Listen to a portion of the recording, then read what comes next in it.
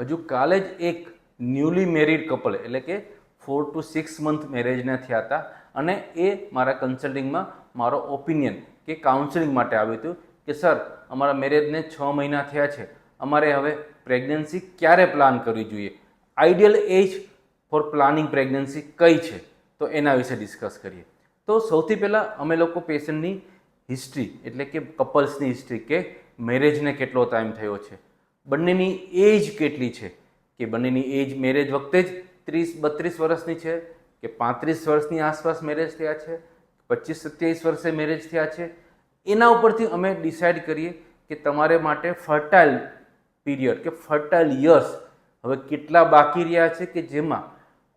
બહુ જ minimal medicines કે કોઈ વિધાઉટ મેડિસિન સ્પોન્ટેનિયસ પ્રેગ્નન્સી રહેવાના ચાન્સ કેટલા હોય છે, તો એના વિશે ડિસ્કસ કરીએ. જો કપલ્સની એજ બિલો 30 અરાઉન્ડ કે 25-28-30ની આસપાસ આવતા હોય તો એવું નથી કહેતા કે તમે પ્રેગ્નન્સી પહેલા વર્ષે ના પ્લાન કરી શકો, પણ જો યુઝ્યુઅલી સિનારીઓ એવો રહે છે કે મેરેજ પછી ફરવા જવાનું હોય છે, થોડું કેરિયર હોય છે, થોડું કમાઈ લેવું છે, થોડું 12 વર્ષ ફોરેનમાં જઈને કંઈક માસ્ટર કરવું છે, તો આ બધા પોઈન્ટો અમે ડિસ્કસ નક્કી કરતા હોઈએ છીએ કે તમારે આઈડિયલી આ ટાઈમે પ્રેગ્નન્સી રાખી લેવી જોઈએ જેથી minimal intervention, minimal medicine, spontaneous conception અને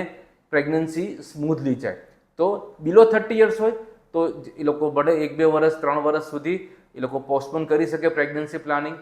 30 યર્સ પછી 32-34 આસપાસ હોય તો અમે કહેતા હોઈએ કે મેરેજના વર્ષ 1.5 વર્ષ પછી પ્લાન કરી દેવું જોઈએ, અને 35 યર્સની આસપાસ હોય તો સ્ટ્રિક્ટલી અમે કહેતા હોઈએ કે જેમ બને એમ વહેલી પ્રેગ્નન્સી રાખવી જોઈએ, કારણ કે પછી ફિમેલનું AMH કાઉન્ટ ઘટી જતો હોય છે,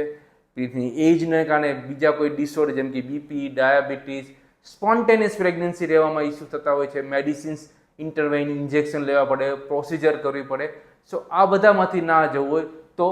એજ રિલેટેડ તમારું ફ્યુચર પ્લાનિંગ શું છે, આગળ કેવી હિસ્ટ્રી છે કે પ્રેગ્નન્સી નથી રહી કે પ્રેગ્નન્સી મિસકેરેજ થયેલા છે, આ બધા પોઈન્ટ્સ ઉપર અમે નક્કી કરતા હોઈએ છીએ કે મેરેજ પછી આઈડિયલી પ્રેગ્નન્સી ક્યારે પ્લાન કરવાની જોઈએ. Thank you.